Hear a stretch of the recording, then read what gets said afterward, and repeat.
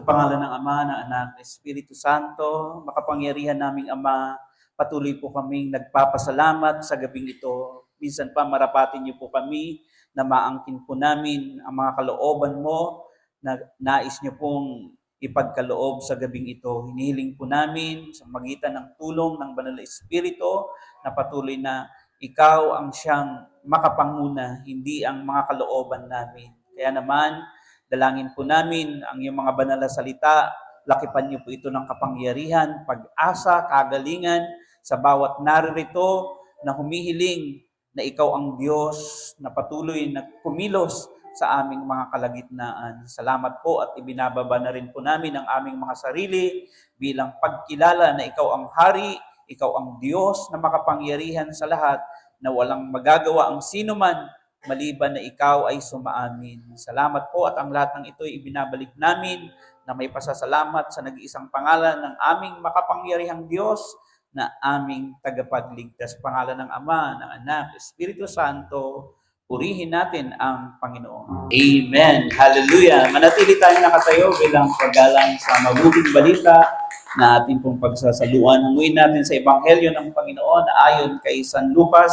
Ang kabanata ay 3, ang talatay 1 hanggang 6. Luke chapter 3, verse 1 to 6. 15 taon noon ng paghahari ni Emperador Tiberio, si Poncio Pilato ang gobernador ng Judea at si Herodes ang pinuno sa Galilea. Ang kapatid nitong si Felipe ang pinuno sa lupain ng Iturea at Traconite at si Lasanias ang pinuno sa Abilinia. Nang sina Anas at Caiphas ang mga pinakapunong pari ng mga Hudyo, si Juan na anak ni Zacarias ay nakatira sa ilang. Ipinapahayag ng Diyos ang kanyang salita kay Juan. Kaya't nilibot niya ang mga lupain sa magkabilang panig ng Jordan. Siya ay nangaral, pagsisihan at talikdan ninyo ang inyong mga kasalanan at magpabautismo kayo upang kayo'y patawarin ng Diyos. Sa gayon natupad ang nakasulat sa aklat ni Propeta Isaías. Ito ang pahayag ng isang taong sumisigaw sa ilang. Ihanda ninyo ang daraanan ng Panginoon. Gumawa kayo ng mga tuwid na landas na kanyang lalakaran. Matatambakan ang bawat libis at mapapatag ang bawat burol at bundok. Matutuwid ang daang liko-liko at mapapatag ang daang bako-bako. At makakakita ng lahat ng tao ang pagliligtas na gagawin ng Diyos. Mga kapatid, ang mabuting balita ng ating kaligtasan. Amen. Sige po, maaari na tayo magsiupo at magnilay tayo ng kanyang mga salita. Ang nakakatuwang isipin, isa sa mga gawain na nakikita ko na mayroong mga Biblia, yung mga dumadalo ay dito sa Santa Ana. Okay? So, yung iba, nalilimutan na yung magdala ng Biblia. Well, yung iba natin ay wala siguro dito. Siguro iniisip nila, sa susunod na sila dadalo ng gawain kasi anniversary. Ayan. Amen po. So sa gabing ito, ang pagninilay po natin ay mamagatan po natin na Adbyento, panahon para i-reboot ang ating spiritual na buhay. Pamilyar ba kayo sa reboot? Anong ibig sabihin ng reboot? Parang reset. Minsan ba naisip nyo na kung pwede lang may reset ang buhay? Ako mas madalas kong iniisip, sana bumalik ako, kung meron mang time travel na i-reset ko yung aking buhay, babalik ako sa panahon ng aking kabataan. Okay, iniisip ko, babalik ako sa panahon na kung saan mag-uumpisa akong mag-asawa. Para yung mga pagkakamali ko, hindi ko na, pipili na ako kung sino yung mga may mga option na ako kung sino ang pwede kong ligawan. Hindi lang puro ganda. Hindi lang parang puro pang Miss Universe yung datingan. So minsan, mas madalas na iisip ko ngayong edad kong ito ay 50 na, I wish there is a reset button where I can go back to my previous life. Pero wala eh. Walang reset, walang reboot. Yung computer, kapag nagmamalfunction, i-reboot mo lang pag naghahang, tapos buhayin mo uli, magre-refresh na siya. Tama? Minsan ba naisip nyo rin yan na sana bumalik ako sa panahon, lalong-lalo na itong sexing ito. Sana bumalik ako nung mga 16 years old ako, na hindi pa ganito yung katawan ko. O, di ba? So marami tayong mga bagay na iniisip sa buhay na ito na I wish itong present situation ko ngayon na mayroon ako is a product of the decision of yesterday na ginawa ko sa ngayon. Tama? Kung ano yung ating sitwasyon na mayroon tayo ngayon, ay produkto yan ng mga desisyon natin sa mga nakaraan. Minsan, ang daming, ngayon, nagkakaroon ako ng mga imahinasyon na what if kung ito ang tinahak kong landas? What if kung hindi ako preacher? What if kung pinulso ko talaga yung pag-aartista? Yo. Makikilala ko ba ang mga prayer partner? So, ang dami kong iniisip, what if kung ito yung lugar na tinirahan ko, tumira ako sa United Kingdom, makakilala kaya ako sa Panginoon? Sa busy ng mga tao doon sa mga lugar na yon, na ang mga simbahan ay halos nagsasara na, walang gaanong nagsisimba, at yung mga simbahang meron tayo doon sa Europa, kino-convert na lang into mall. Kasi walang nagsisimba. Ang nagpapaganda lang ng mga simbahan doon kapag may mga prayer partner, natutuwa yung mga parishioner o yung mga pari na mayroon doon, na may mga pumapasok pa sa simbahan nila. So yung mga choices na mayroon tayo, kung bakit nagkakaganon sila, yung European people dati na sentro ng Kristyanismo, na sila pa ang pumunta rito tulad ng Espanya para dalhin ang Ebanghelyo, tulad nila Magellan na nagpunta pa rito, naglakbay, handang mamatay. Pero ngayon, look at them. Yung mga simbahan, ang namamahay doon, mga ibon. Because the decision that the people decided in the present day ay mag-e-effect yan sa future niya. There is no reboot. Okay? Walang push-button na pwede tayong bumalik sa ating nakaraan. And this Advent, mga kapatid ko sa Panginoon, gusto ko kayong dalhin sa isang katotohanan. Ang Advent naman na ito, kaya ako siya pinamagatan, Adviento, panahon para i-reboot ang ating spiritual na buhay. Okay? First, let us define ano bang ibig sabihin ng reboot. Yung reboot sometimes is the most efficient way to restore the computer back to the normal. Kung computer na yan naghahang, kung ang computer, yung mga gadget nyo, yung mga cellphone nyo naghahang, ino-off nyo. Minsan, ini-airplane mode nyo para ma-reboot siya. Tama? Nire-reboot nyo, ini-restart nyo. Gadget lang yan, naghahang, na-overload. How much more tayo? Karga tayo ng karga ng napakarami nating mga experiences sa buhay. Umidad na tayo ng ganito. Umabot na ako sa 50 years old na ganito. Ang daming nasalpak sa utak ko, sa puso ko. Mga taong nanakit, mga taong bumigo, mga taong nagpaiyak sa akin. Andi dito lahat. At itong Advent, lalong-lalo pagpapasok ang Kapaskuhan, ang daming mga nagpapaalala sa atin. Lalo naman sa akin. Bakit? Panahon ng mga magkakaroon ng pasok ng Advento, Kapaskuhan, is sunod-sunod yung mga trahedya. Namatay yung nanay ko, magpapasko. Namatay yung kaisa-isa kong anak, magpapasko. Iniwan ako ng asawa ko, magpapasko. In this things remind me a lot. What is good in Christmas? Okay? Parang iniisip mo. Kaya iniisip mo, Lord, gusto kong mag-reboot. Gusto kong mag-refresh. Gusto kong bumalik to sa isang panahon. Pero hindi pwede.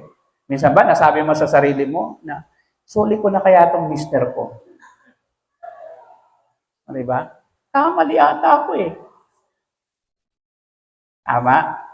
What if kung when we go back sa kabataan natin, sa panahon, wala pa tayong asawa at wala pa tayong mga masyadong iniintindi sa buhay, pipiliin mo pa rin ba ang buhay na mayroon ka ngayon? Do you still walk the same path that you walk? Tanong, lalakaran niyo pa rin? Sasabihin mo? Oo. Sabi niya, oo, siguro. Ako minsan sinabi ko, siguro talagang ito ang kalooban ng Diyos sa akin. Kasi kung hindi naman magaganap yung mga bagay na ito sa akin, wala akong makikilala mga taong ito, hindi ko makikilala itong mga community ng El Shaddai. Baka yung way ko ng pamumuhay ay tulad ng way ng mga tao na wala sa Panginoon. Okay? So, yung Advent is reminding us, itong Advent na ito, na kailangan tayong magpasimula. Okay? So, panahon ng pagribot ng ating spiritual na buhay. Bakit? Ang reboot kasi ay pagbabalik sa default. Anong ibig sabihin? Bumabalik tayo sa default. Binabalik nito, halimbawa, ang isang cellphone mo o ang isang computer, pag nireboot mo, bumabalik siya sa default niya, sa factory settings niya, kung ano yung nakalagay diyan. Isa spiritual nating kalagayan, ano ba talaga yung pinaka-default ng isang tao? What is the settings ng ating pong buhay? Ang standing natin sa harapan ng Panginoon. Yan, gadget lang yan. May default, may settings. Okay? Tapos, yung default na yan, napakahalaga sa mga gadget na yan because yung mga error na yan, madalas, pag nireboot yan, aayusin niya yung mga glitches, yung mga error, yung mga lag, buburahin niya minsan. Ako, hindi naman ako eksperto sa paggawa ng computer, pero may knowledge ako. Kasi nag-aral ako ng computer technician. Okay? So, marunong akong mag-reformat, mag-reboot, mag-install. So, hindi na ako kagaya dati ng pag konting naglalag lang yung laptop ko, tatakbo ako sa isang computer expert, papagawa ko, sisingilan ako ng 1.5. Ganun eh. Habang ginagamit mo ang computer, minsan nasisira, may virus na nakakapasok. So, ang tendency, dadalhin mo sa expert, papaayos mo, pagkatapos, magagastusan ka. Okay?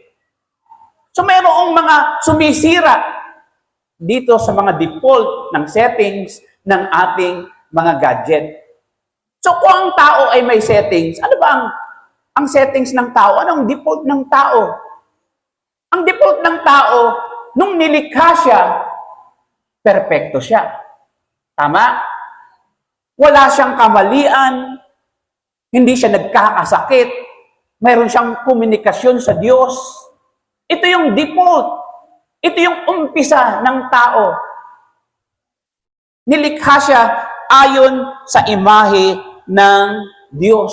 Napaka-perfect natin na nilikha ng Diyos.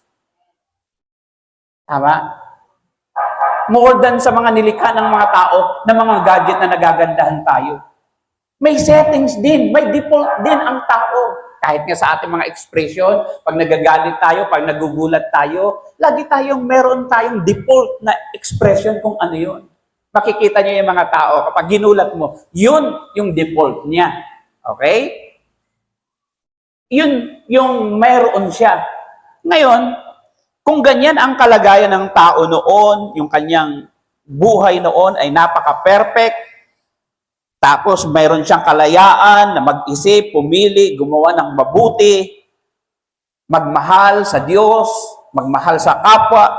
Mayroon siyang kakaibang kapayapaan na wala sa ating panahon ngayon. Kasi hindi na ito yung original default natin. Mayroon ng mga viruses, may mga nakapasok na sa atin pagkatao. That's the reason John the Baptist are preaching o nagpapahayag ng pagsisisi, tumalikod sa kasalanan doon sa disyerto. Okay?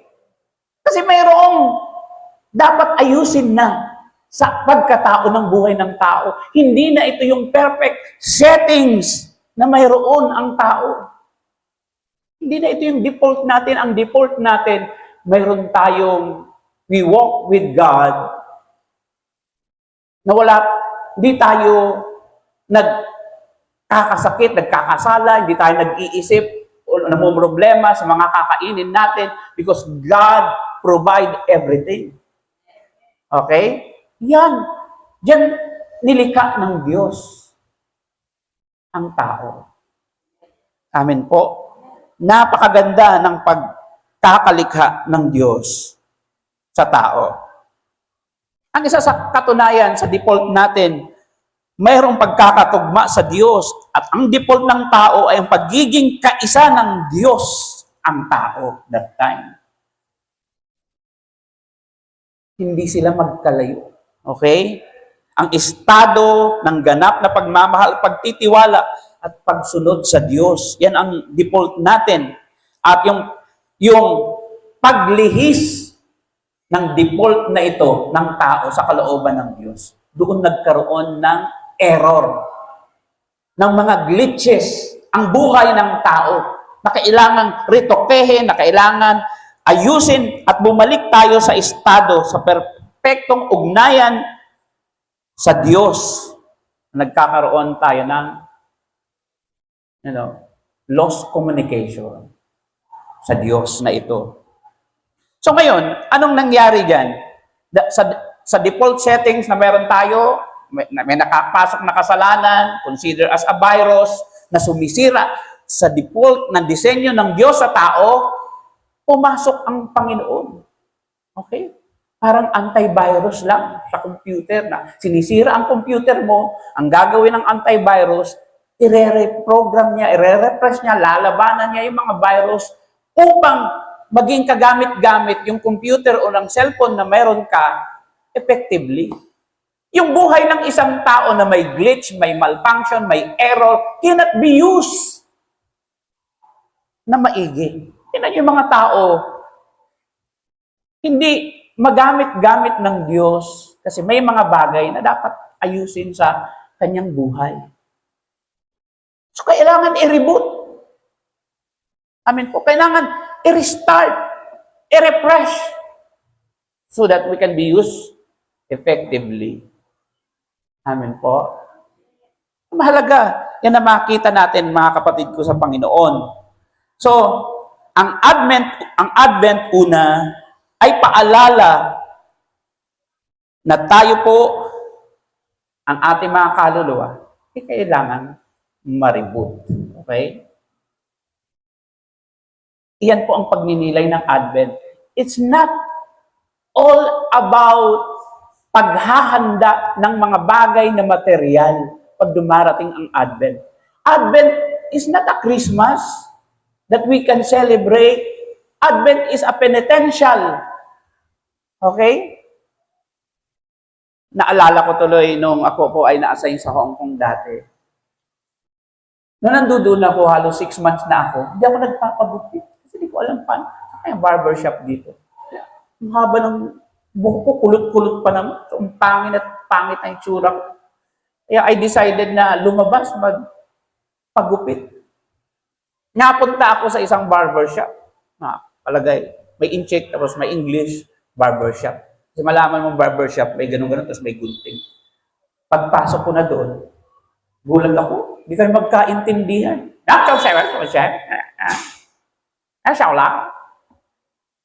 Sabi ko, so, may limited siyang English, ako din, may limited English. Ang alam lang niyang English, okay? Okay? Yes? Sabi ko, yes, yes. So, pinaupunan niya ako. Pagkatapos, pag-upo ko, lagyan niya na ako ng ano, i-sprayan niya ako, mag-alcohol muna siya. Tapos, ganun-ganon niya sa akin. Sabi niya, senior siya, sabi niya, Sabi ko, yes, yes. Just cut a little. Okay, okay, okay. Tapos, binuksan niya yung TV niya. Tapos, nagsimula na siyang, Tapos, ako naman, nawili ako doon sa pagbukas niya ng TV. Jackie Chan. Rush hour. Nawili ako sa kakapanood na hindi ako nakapag-focus na ginugupitan pala ako. Kasi malamig din eh. Okay, tapos inaantok-antok pa ako kasi ang sarap. Siyempre yung ulo mo pag ginaganong-ganon, parang nakakaantok. Kaya, little did I know, nung tinapit na niya ako, sabi niya, okay, okay. Hinarap niya na ako sa salamin, nilagyan pa niya ako ng salamin. Muntik na akong nagmura. Bakit? Tinirahan niya ako dito ng kukunting buhok na paganto, tapos dito, puro kalbo na. Sabi ko, ang ginawa kong Shaolin nito.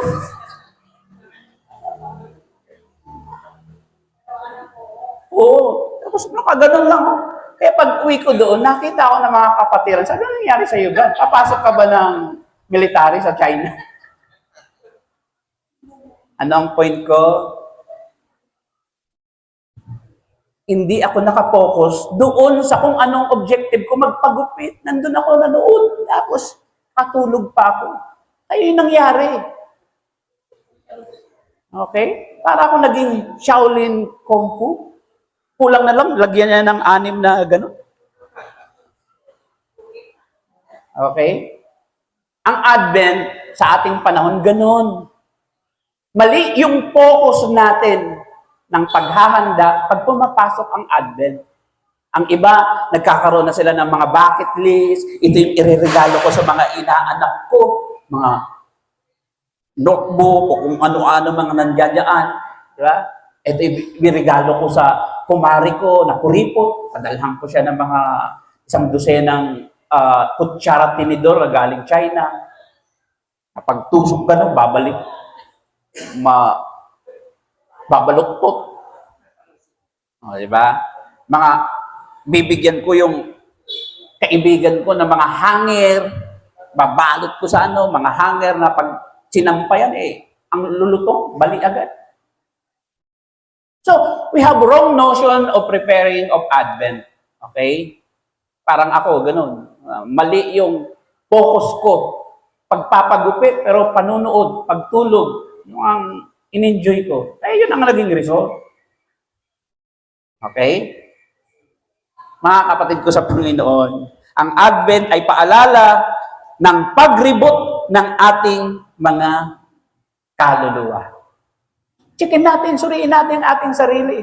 The wilderness experience na gustong ipakita ni John the Baptist, sinasabi niya, oy, magsisi kayo at talikdan ang inyong mga kasalanan. Hindi yan yung default dapat ng tao na puro virus ang katawan, puro kasalanan, kasamaan. Magsisi kayo at magpalinis kayo. Iwan ninyo at talikdan ang inyong mga kasalanan. Yun ang sinisigaw ni John the Baptist dito sa ating pagbasa. Actually, when we go back to our reading, makikita nyo, talo na sa verse 1, 15 taon noon ng paghahari ni Emperador Tiberio, si Poncio Pilato ang gobernador ng Judea, at si Herodes ang pinuno sa Galilea. Why they are telling us this historical figure in this passage?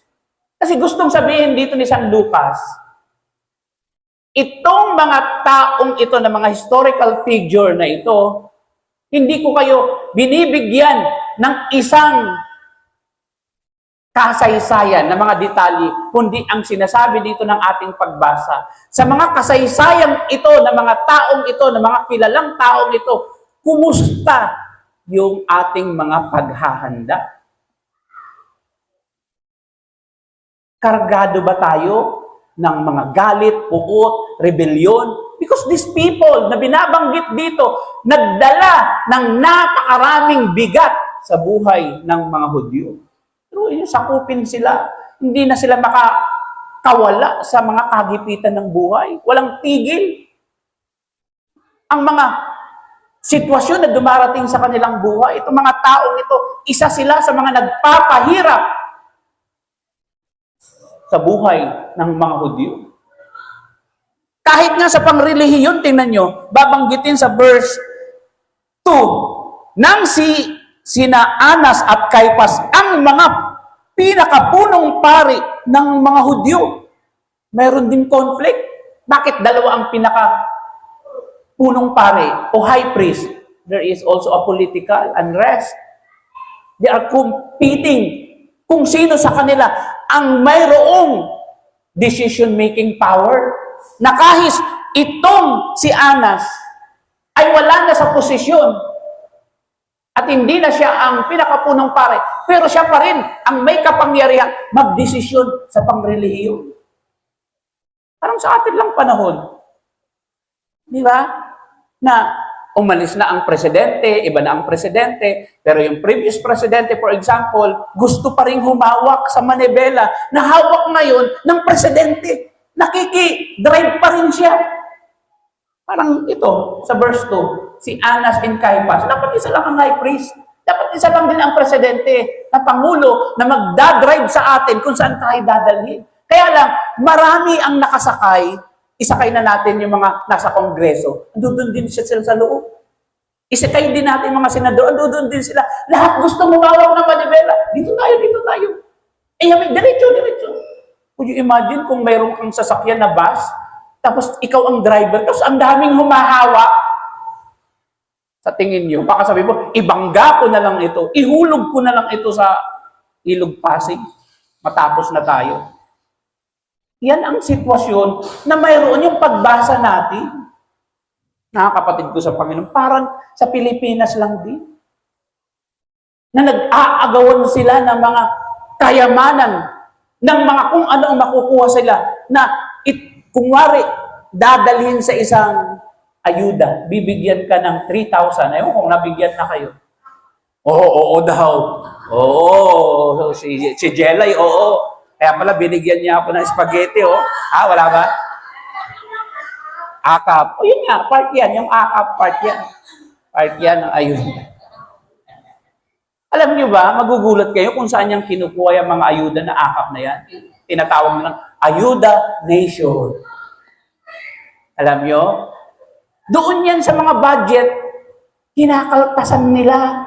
Okay? Halimbawa, yung subway natin, nasabi ko, kating-kati na ako na may project ang gobyerno patungkol sa subway, na isang panong makasakay man lang ko dyan sa subway, katulad sa ibang bansa na parang bullet train. Pero anong nangyari? Walang budget na nilagay. Paano yan aandar? Paano yan matatapos? Bakit? Ibinibigay sa atin ayuda through AKAP. Tayo, tuwang-tuwa naman tayo. Mayroon akong ayuda, 3,000. Kaya ako, hindi ako kumuha sa amin eh. Baka sabihin niya yung iba, sore grip ka lang dahil di ka nakakuha eh. Pero isip-isipin naman natin, iyang mga proyekto ng gobyerno na yan, ang makikinabang yan, kung hindi man tayo sa ating panahon, yung mga susunod nating mga inapo, wag tayong makontento lang sa isang band-aid solution na pansamantala. Kaya hindi tayo umuunlad talaga. Hindi natin maaabutan yung Singapore, Hong Kong, Thailand, hanggat nakukuha lang tayo sa akap. Paakap naman. Sana all. Kaya sabi ko, di bali nang hindi ako kumuha niyan. Dahil nakita ko kung saan nila, sinabi dun sa Senado ni Jaime Marcos, di ba? Inislas na namin yan. Tinanggal na namin yan, yung mga bagay na yan. 80 billion. Kaya pala ganun sila ewan ko. Ba't ba tayo napunta dyan? Kasi binasa natin itong mga taong ito na mga emperador, Tiberio, Poncio Pilato, itong si Felipe, mga pinuno na nagpahirap din sa buhay ng mga Hudyo. Hindi na iiba sa atin. Kaya kailangan talaga natin ng spiritual reboot na Lord. Gusto kong bumalik ako sa dati where wala akong iniisip na anumang mga bagay. Gusto kong biyayaan mo ko ng, ng lakas ng loob. At ang solusyon dyan, si Juan Bautista, tinawag ng Panginoon. Amen po.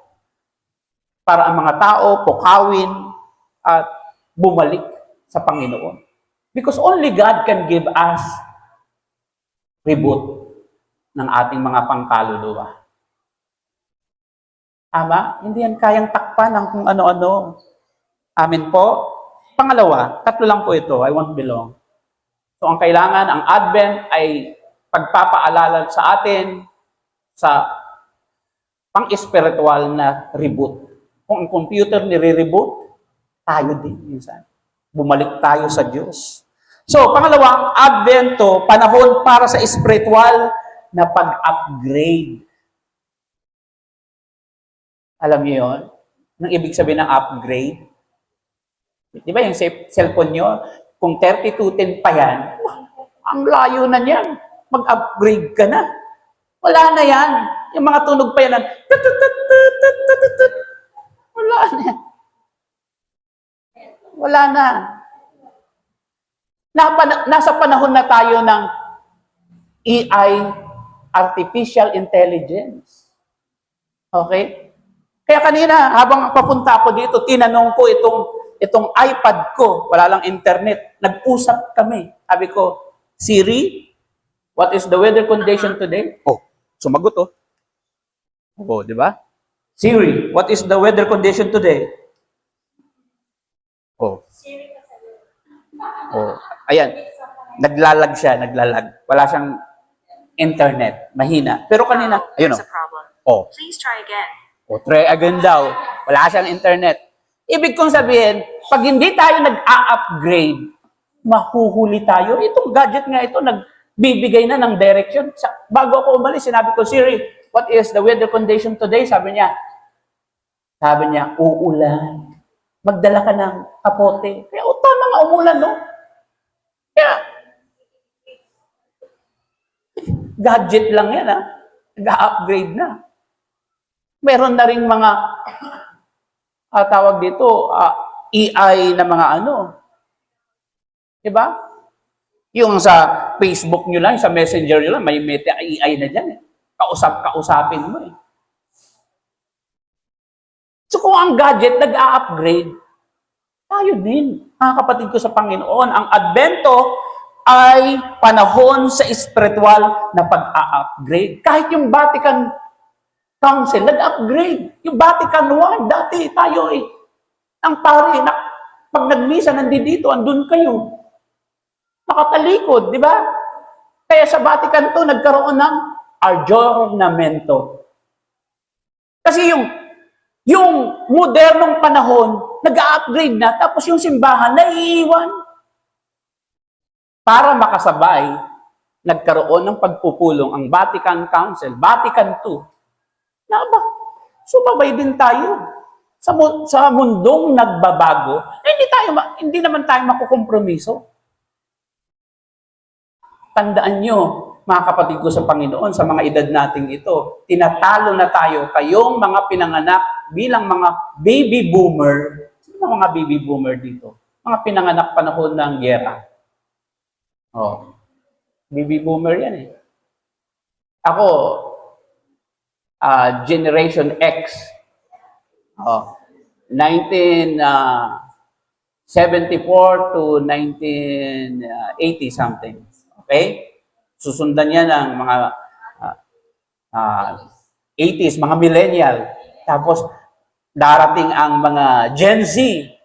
At ngayon, ay Generation Alpha o Generation Technology.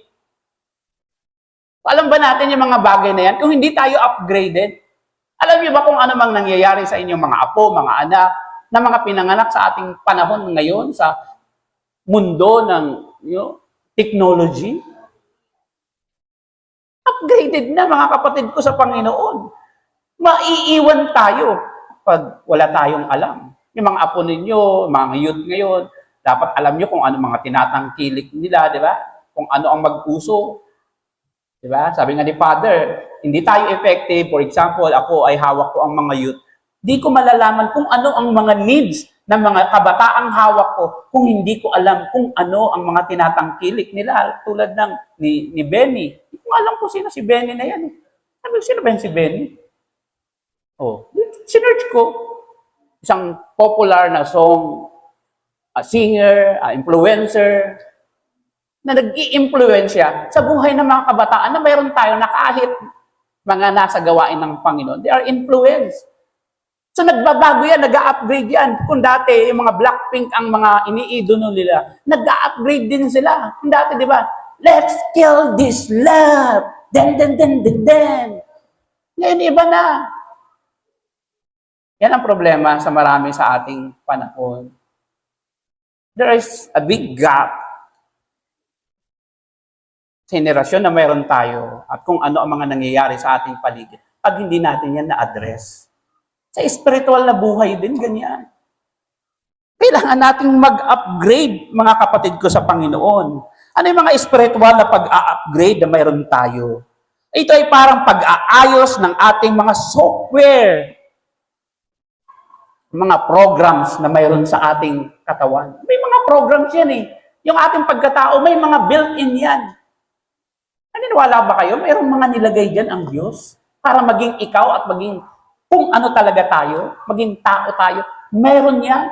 Yung robot nga, mukhang tao, pero may mga programs lang yun na kumikilos sila, yung mga artificial robot, naghuhugas, nagsiserve sa ibang bansa, pag nag-order ka, nagsiserve na robot. Sa mga factory, robot na ang gumagawa ng mga ginagawa ng mga tao dati. Sa Japan, ganun din. Ang mga gumagawa na, mga robot na, yung mga nag-aalaga sa mga matatanda, robot na rin. Tanga sa susunod, mayroon ng robot na doktor, robot na lawyer, robot na preacher, na pare. Tayo abutin nito. Ha? Tayo na lang ang audience ng mga robot? Payag ba tayo? Pag yan ay hindi tayo nag-a-upgrade, tatalunin tayo. Baka pati mga robot, audience ng kapwa-robot, baka ang sasabihin na yan, puksain natin ang mga tao. Bah, hirap yan. Hello? Mga kapatid ko sa Panginoon, the Advent remind us na magkaroon tayo ng spiritual reboot, ng pangkaluluwa, at magkaroon po tayo ng spiritual na pag-a-upgrade, especially in this modern world that we have today. Laki ng kinakaharap natin na sitwasyon. Akala nyo lang, wala lang yan. Malaki ang challenge para sa isang preacher na kagaya ko. Kagaya natin. Our giornamento, sabi ng Vatican II, sumabay tayo, mag-upgrade din tayo ng mga bagay patungkol sa ating mga paglilingkod sa Panginoon. So, kung itong mga pag-upgrade pala ito ay isang parang proseso ng pagtanggal ng mga lumang bagay sa pagkatao natin, okay? Ito ay isang proseso ng pag-alis ng mga negatibong pattern. Lahat ng bagay may pattern kahit sa mga computer gadget. So sa atin, aalisin yung mga negative pattern. So ano yung mga negative pattern na mayroon tayo niyan? Ugali. Okay? Negative pattern yan. Dapat yan ma-upgrade yan sa good na ugali. Kasi yung masamang ugali, magpuproduce ng resulta na pangit. Hindi tayo magiging effective. So dapat i-upgrade yan. Itaas yan. Itaas ang value. Hello? Kaya sasabihin ng inyong asawa, ayaw ko munang umuwi sa bahay kasi pangit ng ugali ng misis ko. Hindi makausap ng matino. Kaya inom lang yan ng inom. Kasi ang iniisip niya para pag-uwi niya, bingi na siya. Bingi siya, hindi niya maririnig, tapos makatulog na siya. Kung maganda ang ugali natin, pag uwi ng mister mo, punas-punasan mo, kwentuhan mo, darling, kumusta yung ano? Di ba? Paglutuan mo, haianan mo kaagad. Magagawa lang yan ng upgraded na ugali. Ang tanong, kaya ba natin gawin yan? Kaya ba natin mag-upgrade? Amen. At yan naman talaga sa gawain na ito, maraming kwento si Brother Mike, ang mga prayer partner, na-win nila ang kanilang mga asawa dahil sa napakagandang ugali na na-upgrade sa gawain ito. Na bago. Kasi kung old model pa rin yung ugali natin, sabi nga ng Biblia, put on the new cloth. Isuot ninyo ang bagong pagkatao. Upgrading yun eh. Kung wala tayong sinusuot, pareho pa rin. Sabi nung pinuntahan ko kanina na, sino ba nakausap ko kanina? Atin-atin lang to Hindi to naka-live, record lang to. Yung pari daw na Indiano dun sa amin, pinitisyon daw ng pinaka-Paris priest kasi ang baho daw ng kilikili. Tuloy mo yun. Sabi ko, totoo ba yan? Sabi ko, totoo yan, Brad. Tingnan mo, wala na yung Indiano nating priest. Sabi ko, sana hindi pinitisyon. Ang galing pa naman mag-homily yun. Minsan doon ako kumokopya pag sisimba ko. Talagang nunod ako. Kasi magaling. Sabi niya, magaling lang, pero maanghit. Sabi ko, grabe naman kayo. Dapat binigyan niyo man lang ng sarili nilang kwarto kung ayaw niyo makasama. Okay? Walang nakakarinig Atin-atin lang yan. Ibig sabihin, sa lahat ng bagay, dapat nag-upgrade tayo. Amen po. Mahalaga yun eh. So, yung negative pattern natin ay ugali, pagiging makasarili, pagiging magalitin. Yan yung mga negative pattern yan. Pagiging tamad sa pananalangin, paggising lang, pagkain, lapang, pagganino. Hindi ganyan. Ang upgraded na Kristiyano, paggising niya, magpapasalamat sa Diyos. Sabi niya, thank you Lord, buhay pa ako. Thank you Lord, gabayan mo ako sa maghapong ito. Thank you Lord, dalhin mo ako kung saan mo gusto sa maghapong ito. Pero, pag negative pattern, hindi upgraded, pa rin. Paggising niya, nakakita siya ng mga sitwasyon, buwisit na buhay ito. Tapos makita, paglabas niya, nakita ko na naman itong kumarin ko ito, walang ginagawang kaaliw. Titirisin ko ito eh. Wala naman yung mga taong hindi upgraded yung pagkatao. Okay? Hindi ito yung pattern na gusto ng Panginoon. So, ang Advento ay pagpapakita ng isang pag-a-upgrade. Tama? Na spiritual. Amen? Nawa, paglabas natin dito, upgraded na tayo. Amen po? Kasi yun talaga ang default natin. Yung kabutihan ng Diyos na ibinigay niya sa atin. Nawa, ganun, makita, sabihin niyo, ay si Lola, ang bait ni Lola. Di ba? Tapos pag tayo ay upgrade nila, sasabihin, gaganto-ganto ito. Ano kaya nangyari kayo sa sabihin ng asawa? Ano? Nakain nito ni Jelay. Di ba? Mabigyan ko nga ito ng shopping. Diba? Dagdagan ko nga yung allowance nito. So, maraming benepisyo ng pag-a-upgrade, mga kapatid ko sa Panginoon. Amen? So, I won't be long. Marami pa akong sasabihin, pero dito na lang natin ito tapusin. Parang galit na kayo eh. Hindi, joke. So, ang Advent ay reminder ito para sa atin. Amen po? It's not about sa mga material na bagay na kung ano ang mga iipunin, pupuntahan natin, mga iniisip natin. It's about a spiritual preparation. It's about sa ating sarili. Amen? So, last, ang Advent ay pag-install ng pananampalataya. Nakita nyo? Pag-reboot, pag-upgrade, pag-install ng pananampalataya. Kung tayo ay matagal na tayong sa gawain, old, sabi nila, ay Brad, yung ano mo, yung computer mo, hindi upgraded. Tapos, wala pang mga naka-install na mga kaya hindi magamit.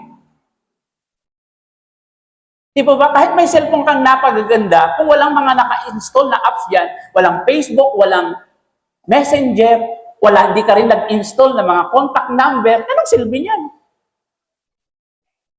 Ano lang yan? Pang flashlight? Pinaganda lang natin yung cellphone. Pero wala kang mga in-install. Yun lang ang function yun lang ang settings niya. Okay, flashlight. So sa buhay natin, mag-install tayo sa ating mga puso, especially this Advent, ng pananampalataya, na yung pananampalatayang ito, yun yung magdadala sa atin, na lalo tayong humawak sa Diyos. Amen po. Yan, pag binabalik natin yung ating sarili, sabi ko nga, kung gusto natin bumalik sa mga nakaraan, pero hindi na pwede, pero pag tinignan natin yung ating buhay, mga nakaraan natin, ang layo-layo na ng mga narating natin. Ako, isa sa mga bagay, inisip ko lang naman yun na sana may reset, sana mayroong reboot na bumalik ako sa nakalipas kabataan ko so that I will amend yung mga pagkakamali kong desisyon. Pero andito na tayo eh. Okay? Mag-install na lang tayo ng mga bagay na magpapalakas sa atin sa magitan ng pananampalataya, pananalangin. Advent is all about preparing ourselves. Amen po. Yun po ang kahulugan niyan. Umasa tayo sa mga bagay na di pa natin nakikita, pero pinaniniwalaan natin mga mangyayari yung mga ito. Dito na ako magtatapos sa kwentong ito. Merong isang batang graduate sa kolehiyo. Nag-take siya ng boarding exam. Sabi niya, lumapit siya sa isang pare, "Father, isama niyo naman po ako sa prayer kasi gusto ko na makatulong sa pamilya ko, sa mga magulang kong naghirap sa pagpapaaral sa akin." Accountancy ang kanyang kurso. Accountant. Sabi ni Father, sige po, sama kita. Sinasama sa mass. Nung nag-take siya, awa ng Diyos, bagsak. Lungkot siya, sabi niya. Sabi niya, naku, naasahan pa naman ako ng aking mga magulang. Parang nawawalan siya ng pag-asa. Pero mayroong konting pananampalataya sa puso niya na, di ba? Habang nabubuhay, may pag-asa. Next year, may exam ulit. So, apply siya sa hindi related sa kanyang tinapos. Pasok siya sa call center, sa kung saan-saan. So pag may pagkakataon ulit makapag-exam, exam ulit siya. Lapit na naman siya sa parehong pare. Sabi niya, "Padre, sama niyo po ulit ako sa panalangin na makapasa ako sa boarding exam." Sinama ng pare sa panalangin, sa misa. Nung mag-take, bagsak pa rin. Lungkot na naman siya. Parang nawawalan na siya ng pag-asa. Parang tayo, di ba? Iniisip natin, tumutugon ba ang Diyos? Ito mga tao bang ito talagang sinasama at pinapakinggan ng Diyos? Kaya sabi na naman niya, di ba, gawin ko uli, hanap trabaho. Total, may susunod pa naman. Huwag mawala ng pag-asa. Kaya pagdating ng exam uli, another year, exam siya, o nagpunta siya sa pare, sabi niya sa pare, "Sama niyo po ulit ko sa..." Yung pare, nakaano na sa kanya eh. Isip nito, ito nakapasa. Parang sa ganun, nasa isip ng pare. Kaya, sabi ng pare, sige, sama kita sa panalangin. Pero sa madaling salita, nalimutan ng pare. Nag-exam na. Pumasa. Pumasa siya. Kung kailan nalimutan ng pare na isama siya sa panalangin. Hindi dahil sa hindi effective yung prayer ng pare. Hindi. Alam niyo kung bakit? Ang Diyos may tamang timing. Amen. Kahit ilang santo pa ang lapitan natin, preacher, para tayo ipanalangin, kung hindi yun ang tamang timing, hindi pa yun. Hindi natin alam kung bakit. Ang mahalaga, mayroon tayong konting pananampalatayang naka-install sa ating mga puso. Nandiyan dyan. Naka-deactivate, naka-active. Amen po. Ngayon, nung itong batang ito pumasa, tapos mula noon nagtuloy-tuloy na yung mga blessings ng buhay sa kanya. Nakatagpo siya ng napangasawang, napakabait na lalaki, pugi din, mabait, maasahan. Bakit? Kasi yun ang tamang timing ng Lord para sa Kanya. In His time. Tama yung kanta. In His time, He make all things beautiful. In His time. Hindi ko na alam ang kasunod eh. No? Parang ganun eh, di ba? Pagpapaalala sa atin, kung meron kang pinagdadaanan, itong Advent na ito is a reminder for us that Advent is to reboot our spiritual life, and to upgrade our spiritual life, and to install faith in our lives. Tumayo po tayong lahat, mga kapatid ko sa Panginoon. Si John